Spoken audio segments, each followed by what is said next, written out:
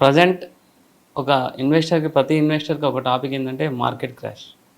Market crash కావడానికి చాలా కారణాలు ఉన్నాయి.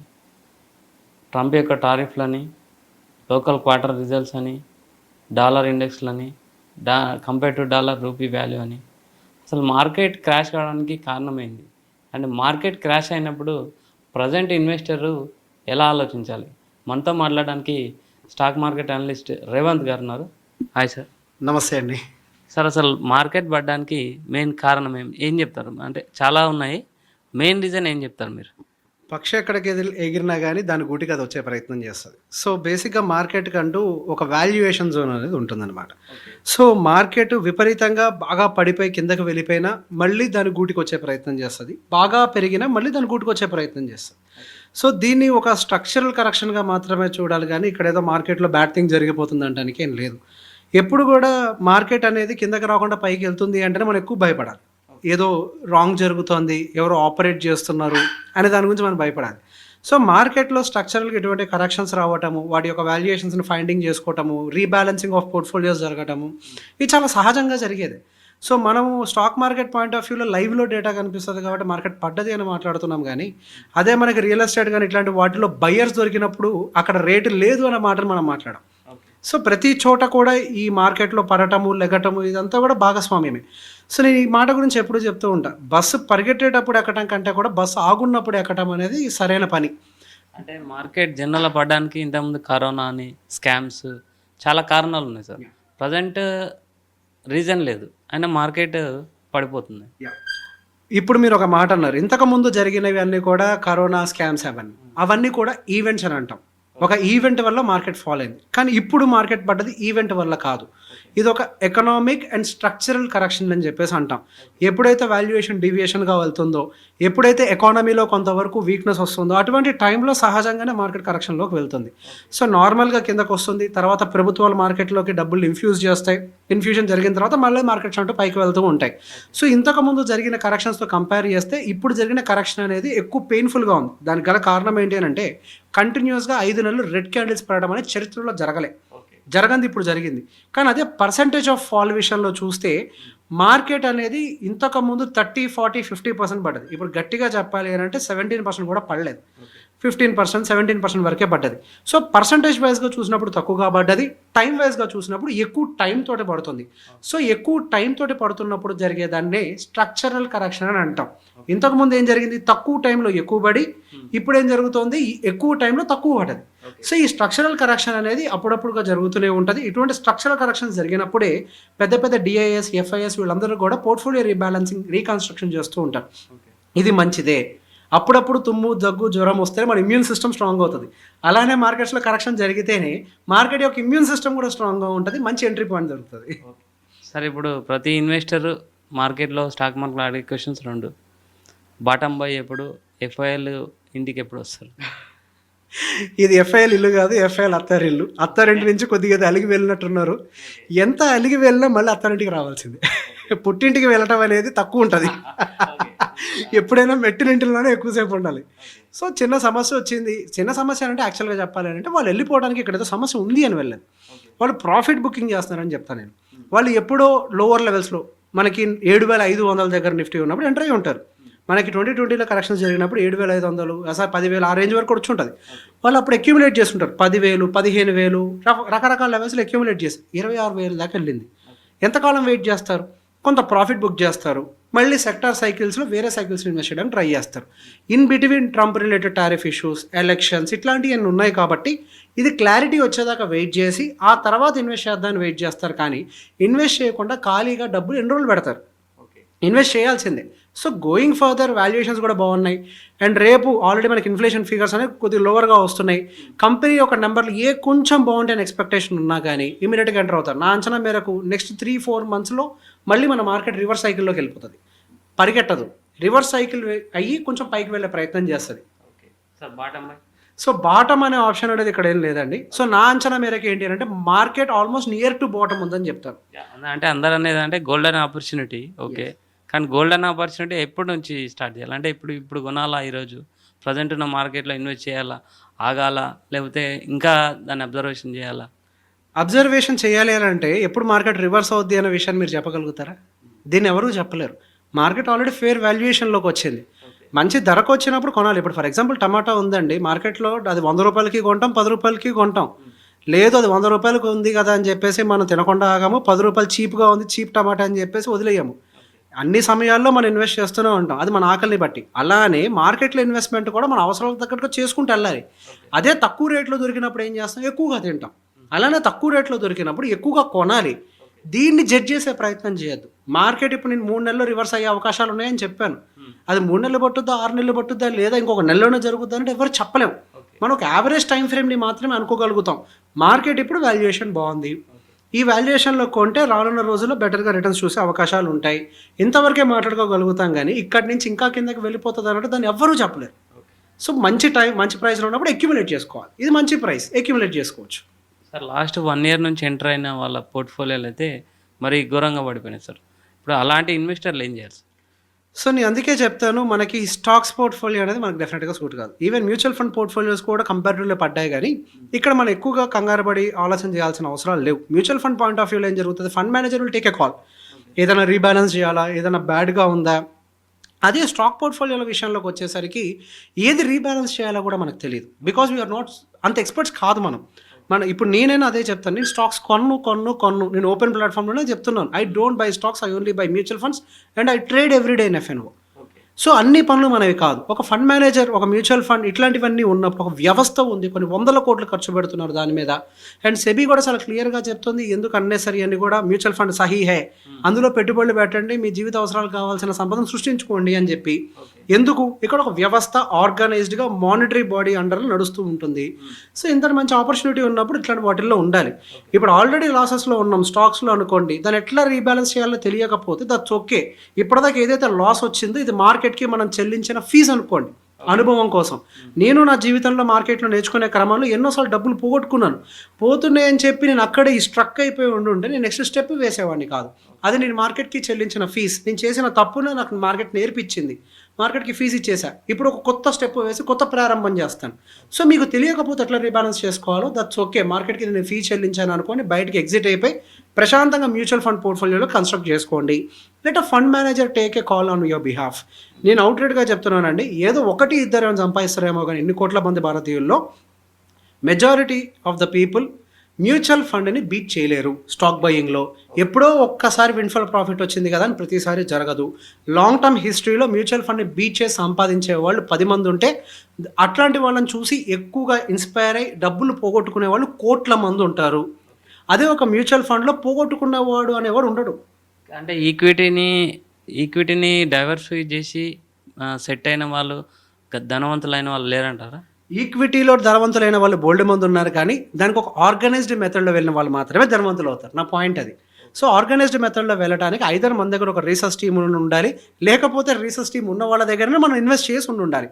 సో మన డబ్బులు సంపాదించడానికి ఖచ్చితంగా ఒక ప్రాసెస్ ఉంటుంది. ఇప్పుడు TCS company just like that పనిచేస్తుందా? దానికి ఒక పద్ధతి, కొన్ని నియమాలు, కొన్ని నియంత్రణ ఇవన్నీ ఉంటాయి. అలానే మనం పెట్టే పెట్టుబడులకు కూడా ఇవన్నీ ఉండాలి. ఇవేమీ లేకుండా జస్ట్ లైక్ దట్ అన్నట్టుగా పెడితే డబ్బులు రావు. మనం రీసెర్చ్ మీద ఇన్వెస్ట్ చేయలేనప్పుడు ఇన్వెస్ట్ చేసే వాళ్ళ దగ్గర పెట్టుబడులు పెట్టాలి.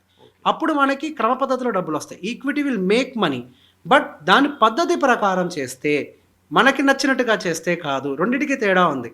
మనకు నచ్చినట్టుగా చేయటమా, పద్ధతి ప్రకారం చేయటమా. ఇప్పుడు నేను దేవుడి దగ్గరికి స్నానం చేయకుండా వెళ్తా, చెప్పులు వేసుకొని వెళ్తానంటే మీరు ఏం చేస్తారు? తంతానరా అంటారు.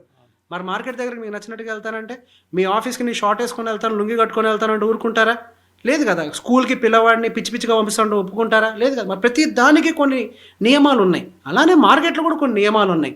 Either we should have capacity of holding a research team, or research team ఉన్న వాళ్ళ దగ్గర కొంత ఎక్స్పెన్స్ రేషియో కట్టేసి మనం చేరుకోవటం.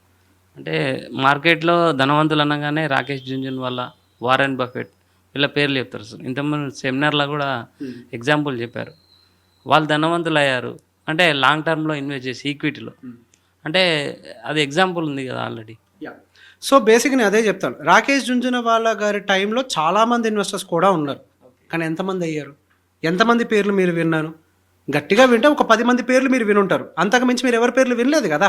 సో నా పాయింట్ కూడా అదే. ఇక్కడ బేసిక్గా వాళ్ళ దగ్గర ఉండేటువంటి టీం వేరు, వాళ్ళు కలిసిన మనుషులు వేరు. సేమ్ రాకేష్ జుంజునవాలా లాగా పక్కన తిరిగే వాళ్ళు అయ్యారా? ఎందుకు కాలేదు? సో బేసిక్గా అది ఇండివిజువల్ టు ఇండివిజువల్ వేరీ అవుతుంది. ఆయన దగ్గర ఉండే కెపాసిటీ, ఆయన చేసిన రీసెర్చ్, ఆయన కలిసిన మనుషులు, ఆ టైం ఆయనకు అన్ని ఫేవరబుల్గా ఉన్నాయి. ఈ టైంలో ఇప్పటి నుంచి ఎవరు కాలేరనంటే ఎస్, అది ఎవరో ఒక్కళ్ళే ఉంటారు. ఇండస్ట్రీకి మెగాస్టార్ ఎంతమంది ఉంటారు? ఒక్కళ్ళే ఉంటారు. ఐఐటికి 10 లక్షల మంది సీట్లు కోసం ఎగ్జామ్ రాసి ఎంతమందికి వస్తుంది? ఇంతమందికే వస్తుంది. దాన్ని మనం యాక్సెప్ట్ చేస్తున్నాం కదా, మరి దీన్ని ఎందుకు యాక్సెప్ట్ చేయం? అలా అని చెప్పేసి అందరం చదువులు మానేస్తున్నామా?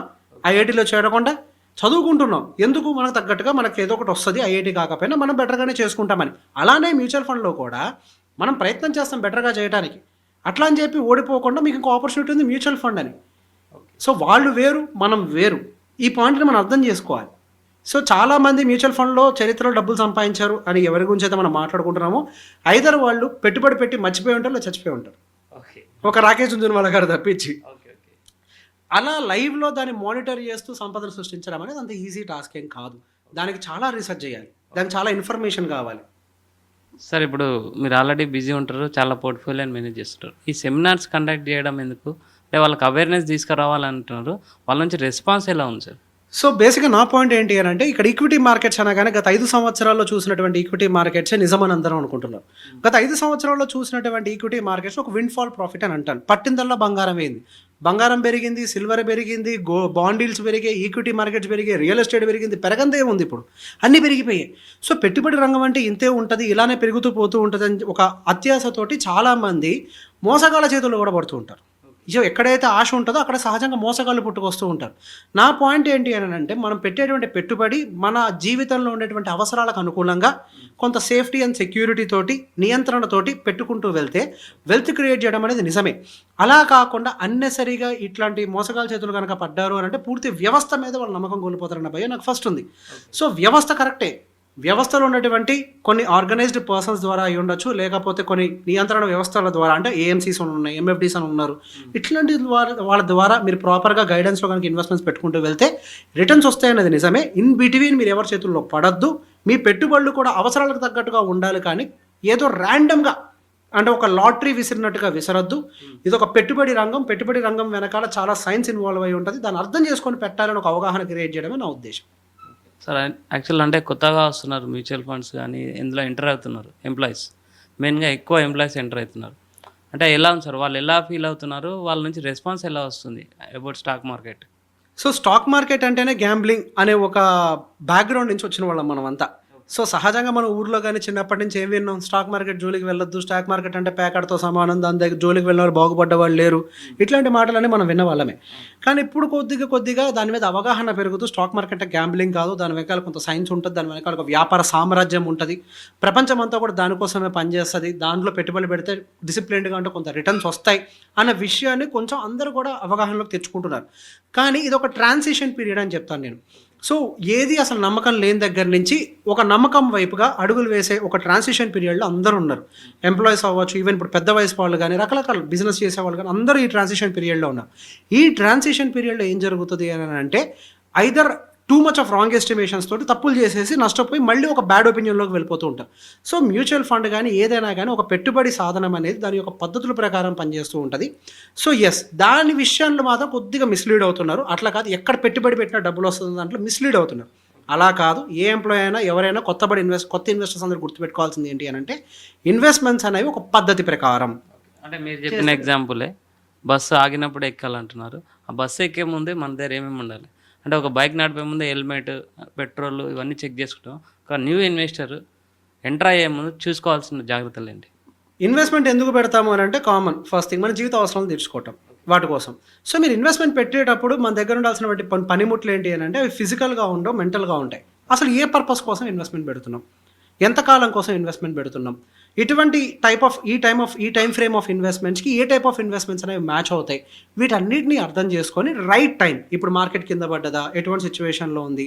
సో ఇక్కడ నీడ్స్ ఏంటి అని అంటే ఫిజికల్గా ఉండవు, మెంటల్గా ఉంటాయి, యాజ్ పర్ ప్లాన్ ఉంటాయి. సో ముందు ఒక ప్లాన్ని ప్రిపేర్ చేసుకోవాలి, దేనికోసం చేస్తున్నాం, ఎంత కోసం చేస్తున్నాం, దాన్ని ఎంతెంతతో చేయాలి. అండ్ అఫ్ కోర్స్ ఆ గోల్ని రీచ్ అవ్వడం కోసం కొంత అమౌంట్ కూడా కావాలి. సో ఎంతెంత చేస్తూ పోతే మనం దాన్ని రీచ్ అవ్వడానికి అవకాశం ఉంటుంది. సో దాన్ ఏ ఫైనాన్షియల్ మ్యాటర్ మన దగ్గర ఒక ప్లాన్ అనేది ఫస్ట్ ఉండాలి. ఇప్పుడు మనం ఒక మాట అనుకుంటాం, ఒక గుడ్ ప్లాన్ ఉంది అంటే సగం గెలిచేసినట్టే. సో ఫస్ట్ ప్లాన్ని ప్రిపేర్ చేసుకోండి, అదే మీ ఇన్స్ట్రుమెంట్. ప్లాన్ని ప్రిపేర్ చేసుకున్నాక ఈ టైంలో ఎట్లా ఇన్వెస్ట్ చేయాలో ఆటోమేటిక్గా అర్థమవుతుంది. సార్ ఫస్ట్ ఫైనల్గా మన ఇండియన్ ఎకనామీ ఎలా ఉంది, స్టాక్ మార్కెట్ పరిస్థితి ఏంది, నెక్స్ట్ ఇన్వెస్టర్లు ప్రజెంట్ చేయాల్సిన ఏంటి పని? Indian economy is very bullish, so there is no doubt. నేను ఇంతకుముందు నేనే చెప్పాను ఇండియన్ ఎకానమీలో కొంతవరకు ప్రాబ్లమ్స్ ఉన్నాయని సెప్టెంబర్ ఆ టైంలో చెప్పాను. మార్కెట్ కరెక్ట్ అయ్యాయి. సో బేసిక్ ఇక్కడ మార్కెట్స్ కరెక్ట్ అయిన తర్వాత అగైన్ ఫేర్ వాల్యుయేషన్లోకి వచ్చినప్పుడు నాట్ ఓన్లీ నేనే చేంజ్ చేస్తున్నా, మార్కెట్స్ ఆర్ వెరీ రెసిలియంట్. యాక్చువల్గా సమస్య ఇండియాతో పోలిస్తే వేరే దేశాల్లోనే పెద్ద సమస్యలు ఉన్నాయి. యూఎస్లో రిసెషన్ వస్తుంది అంటున్నారు కానీ ఇండియాలో రిసెషన్ వస్తుందని ఎవరైనా అంటున్నారా? అనే ధైర్యం చేయగలుగుతారా? యూఎస్లో రిసెషన్ స్టార్ట్ అవుతుంది, what about India? So ripple effect అనేది ఉంటుంది. ఇండోనేషియాలో సునామీ వస్తే మన దగ్గర కొంత అలా తాకిడి ఉంటుంది. అలానే ఇండియాలో కూడా యూఎస్ అనేది ఒక గ్రేటెస్ట్ ఎకానమీ కాబట్టి, ద బిగ్గెస్ట్ ఎకానమీ కాబట్టి అక్కడ రిసెషన్ వచ్చినప్పుడు ఇక్కడ కొంత అలల తాకిడి ఉంటుంది, రిపిల్ ఎఫెక్ట్ ఉంటుంది. అంతేకాని మునిగే అంత ప్రమాదం మన దగ్గర ఉండదు. అలల తాకిడిని తట్టుకునే శక్తి భారతదేశానికి ఉంది. India is well plan for this. So మనంతా కంగారు పడాల్సిన అవసరం లేదు. ఫెయిర్ వాల్యుయేషన్లో ఉన్నప్పుడు హ్యాపీగా కళ్ళు మూసుకొని నేను చెప్పను, చూసుకొని సెక్టార్ వైజ్డ్గా ప్రాపర్గా ఏ సెక్టార్స్ బాగుంటాయో చూసుకొని వాటిల్లో పెట్టుబడి పెట్టుకున్నట్లయితే రానున్న రోజుల్లో మీరు చూసిన మార్కెట్ ఉండదు, ప్రాపర్ మార్కెట్ ఉంటుంది. సెక్టోరియల్ సైక్లికల్ ప్రాసెస్లో మార్కెట్ తిరుగుతుంది. So proper sector identifications investment పెట్టుకుంటే మంచి రిటర్న్స్ వచ్చే అవకాశాలు ఉన్నాయి. ఫైనల్ మండే రోజు మార్కెట్ ఎలా ఉంటుంది నెక్స్ట్ వీక్? మండే రోజు బులిష్గా ఉంటుంది. అండ్ ఈ మార్చ్ నేను దాదాపుగా 2 వారాలు నేను చెప్తున్నా, మార్చ్ క్యాండిల్ నేను గ్రీన్గానే క్లోజింగ్ ఎక్స్పెక్ట్ చేస్తున్నా. ఈ మార్చ్ క్యాండిల్ రెడ్గా ఉండే అవకాశాలు లేవు అని నేను నమ్ముతున్నా బలంగా. సో నాకు గెస్ కరెక్ట్ అవుద్దా లేదా అనేది మార్చ్ ఎండింగ్ టైంకి తెలుస్తుంది. Thank you very much. ఇది రేవంత్ గారు చెప్పేది ఏంటంటే ఇండియన్ మార్కెట్ అయితే ప్రజెంట్ స్ట్రాంగ్గా ఉంది, టెన్షన్ పడాల్సిన అవసరం లేదు. కొత్తగా వచ్చే వాళ్ళు మాత్రం అన్నీ పర్ఫెక్ట్గా చూసుకోండి.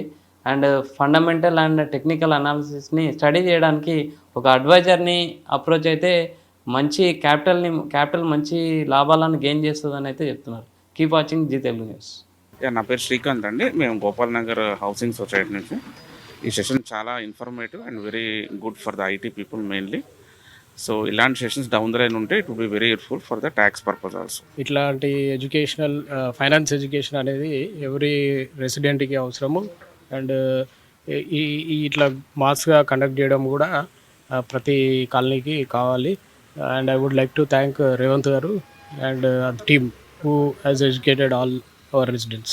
Yeah, after seminar I felt good. I got some knowledgeable information. It's good. Session చాలా బాగుందండి. కానీ ఆయన చెప్పినట్టు ఫండ్ పేరు చెప్పకూడదు కాబట్టి అది రియల్లీ గుడ్ థింగ్. కానీ అన్నీ చూపించారు, హౌ హైబ్రిడ్ ఫండ్ అన్ని ఫండ్స్ ఎలా వర్క్ అవుతాయని. అది really informative. Tax loss harvesting అన్ని కూడా బాగా చెప్పారు. సార్ బాగా చెప్పారు. అంటే ఒక స్టాక్స్లో కాకుండా మల్టీ మ్యూచువల్ ఫండ్లో అన్ని గోల్డ్, సిల్వరు, కమాడిటీస్ అన్నిటిలోనే ప్లస్ రియల్ ఎస్టేటు ఆయన ఎక్స్ప్లెయిన్ చేసింది చాలా బాగుంది.